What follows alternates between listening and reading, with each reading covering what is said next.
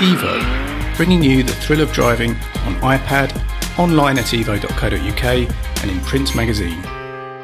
Well, today we've got a really special Evo diary for you because we have the Aston Martin 177. Incredibly rare car, only 77 built, and to put that in perspective, that's about twice as rare as a Pagani or about 6 times rarer than a Bugatti Veyron. Incredibly rare. Makes a Fabergé egg look commonplace, this car. Ultra exclusive, just everything is different on this car to any other Aston really. Carbon fibre construction, 7.3 litre V12 under the bonnet. Beautiful details throughout that I really wanted to show you. So let's start at the front, at the business end, with the engine. First thing to note on the front are these vents. And this vent is actually how the engine breathes. We'll have a look when we'll lift the bonnet in a moment. And these, don't ever touch these are made of titanium, and this is the heat from the exhaust go up a chimney and then they hit these, so they're always venting heat, but absolutely red hot if you were to touch them. Underneath, well, look at it. I mean, it's one of those cars that really ought to have a glass bonnet on it. The engine, first of all, it starts life as a normal 6 litre engine, it's the same, but they removed the liners and put a very special coating on the cylinders to open up the cc of it. It's now a 7.3 litre V12 rather than the standard 6 litre. Helps it produce 730 horsepower. Enormous amount more than any other Aston. The other Aston's DBS things are rated at about 565, so 730 horsepower from this engine. Moved right back in the chassis. It's dry sumped as well. We've got a giant, great oil tank at the front there. That's helped to mount it even lower in the car and right back in the chassis to get this sort of mid-front engine balance. You actually see how it works. The engine, as I say, breathes through these, and then it actually comes through this structure and into the engine here. So part of this webbing here for strength is also part of the induction for the engine. The other spectacular thing under here is the suspension. You see these upright units here, fully adjustable, 11 adjustments on bounce and rebound. So each 177 is set up for the customer needs, whether he wants to drive it on track or use it as a cruising car. All done at the factory as part of the specification when you build it. But what a beautiful, beautiful engine bay. It's one of the best I've ever seen, the way it's finished. They've used carbon fibre all over the engine, the rocker covers, sumps, induction, just to try and get the weight down. Inside, completely different again. The whole construction of this car is carbon fibre. That's unique in the Aston Martin range at the moment. The other cars are constructed out of aluminium, bonded together. This one has a carbon tub actually made by a company in Canada. It's incredibly stiff, 30,000 newton meters they tell me in stiffness, and obviously incredibly light. And inside it's just this 2-seater, there's no storage space whatsoever, no glove box. That's been replaced by a V12 because it's right forward in this chassis. Incredible to look at this car. Every car is obviously individually spec'd. This one is it's really nice in this tan and this black anodised aluminium. And then even a signature of the owner is actually rose gold up the dash. Reflects a little, but it does make it a completely unique car, and that's what an Aston 177 should all be about. But I have to show you just at the back, it's like a little hatchback at the back, and it's worth having a look because what's hiding under there you'll see in no other car. Let's have a look. Technically, you could call this a £1.2 million hatchback because yes, it does have a hatch. And what it reveals is something I've never seen on another car before. Little windows to show you the suspension. Here's the shocker, just like at the front, horizontally mounted, and then the beautiful aluminium cross member, which carries the whole rear suspension onto the carbon fibre tub itself. These are structural as well. This adds to the stiffness. But 2 little other details here. If I lift this up, you probably can't see, but that is actually where the 177, if I bring it out, 177 toolkit. Well, let's hope we never need that. And then at the front is the 177's boot. And I present you with the boot. You can't even get the squatty bag in there. I don't know what you can carry in there, but that is the whole storage capacity of this car, so best send the luggage ahead. Okay, well, enough of the details. What really matters with this car is what it drives like. Got the key, let's go and find out. Usual starting procedure of any Aston, one of these. Pop it in here, and lots of whirring. There we go. Starts off in neutral. Select drive. Seems mad that it's actually an automatic function, but all these cars have it. Up comes the sat nav. One of the things with this is it does have a single plate clutch, and it's one of those features that isn't great because it's got such a tall first gear. You don't notice it once you're on the move, but I have to say manoeuvring is not one of its strong points.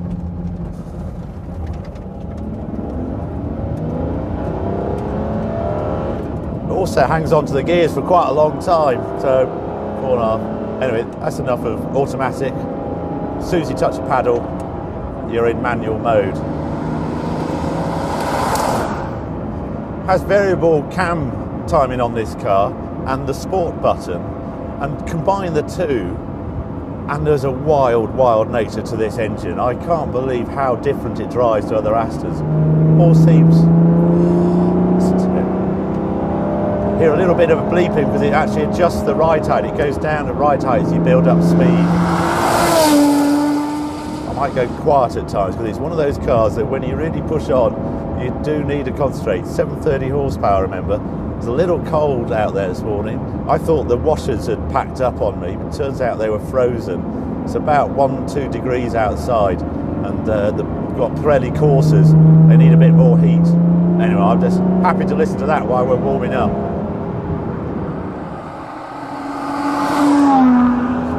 Fantastic part of the world down here. First time came to really drove a fantastic car on this road was I had a Ferrari 550 when it was launched. And really fell in love with it, this road. This car has a sort of sense of 550 Maranello about it, but oh, it's so much more wild. Another 200 horsepower, and just edgy as well. Aston Martin really want to be congratulated on their carbon brakes though. They've absolutely nailed brakes. Wow! Really is an angry engine, over 4,500, 5,000 RPM. It's like it's supercharged, turbocharged, completely different character.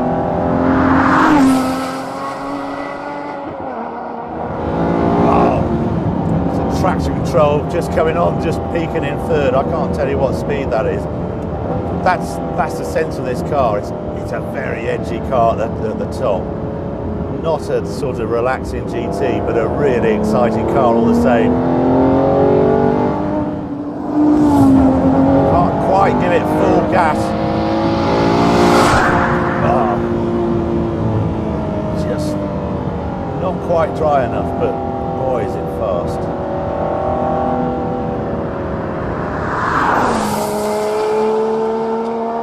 Just running through some of the other details on this car. It's a 6-speed gearbox, again transaxle gearbox, keep the weight at the back to make it basically heavy at the rear than at the front, all-to-aid handling. It's super wide, you need A roads, it's a car for A roads. You go down B roads and you've got the constant thump of cat's eyes, it just basically doesn't fit on one side of the road. Steering, ultra fast, ultra sharp.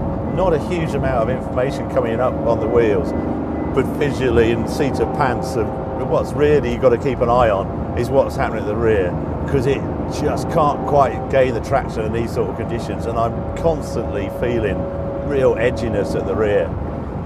It's the ultimate Aston, so I sort of expect it to be exciting, but I didn't expect it to be quite this exciting.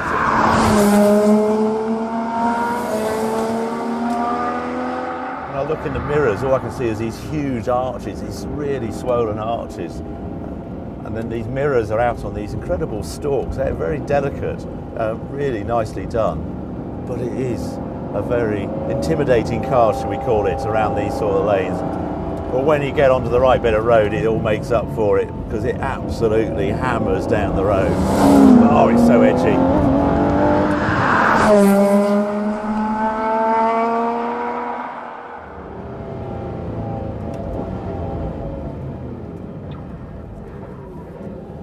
There's a funny noise, you probably just heard it then. It's the wing winding down, a bit like on Porsche 911 and Boxsters, the wings go up and down at a certain speed. This does the same at the back, but it's a peculiar noise as you hear the electric motor wind it down. You don't seem to notice it going up, probably because you've accelerated, but on the way down you think, what's that noise? I think your phone's going.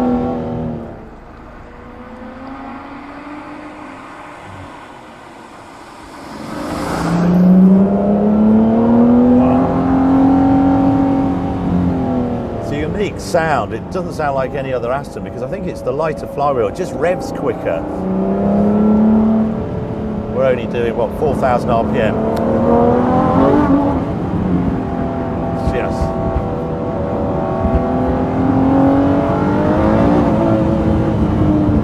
I just want to spin up all the time. I'm going to have to come back in the summer.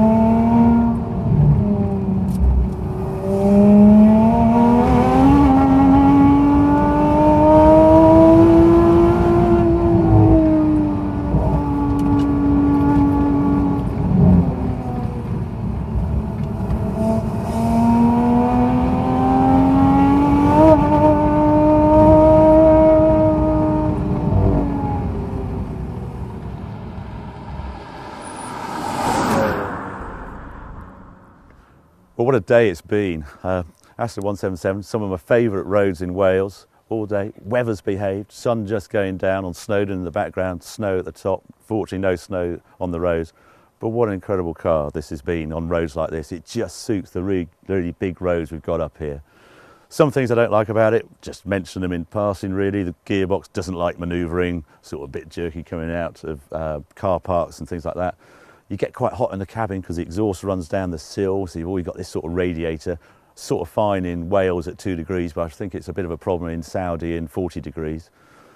But then there's the upside. You've got this stonking engine, 7.3 litre engine, completely different character to any other Aston Martin engine I've ever driven. It's all about horsepower, this one. Variable cams on it, bigger CC, and from 4.5, 5,000, it absolutely screams. Much lighter flywheel, and all you're doing is controlling this horsepower. It's not about torque, it's horsepower, this car. And trying to get traction on these sort of roads can be a bit of an issue. But when it does hook up, whoa, what a ride it is. So I've really enjoyed that with this car. And it was just wilder than you expect. The steering's very quick. Doesn't give you a huge amount of information, but it really feels like this is a circuit racer that's come to the road. It's not a sort of luxury DT car. It's more Koenigsegg and Bugatti Veyron in character, and I sort of love it for that. This is the ultimate Aston. It should be a bit scary, and this one can be a bit scary quite a lot of the time. But what a privilege to spend a day with this car. Beautiful to look at, incredible to drive. Maybe I'll never drive one again, but I'm so glad I've spent a day with an Aston 177. It's magnificent.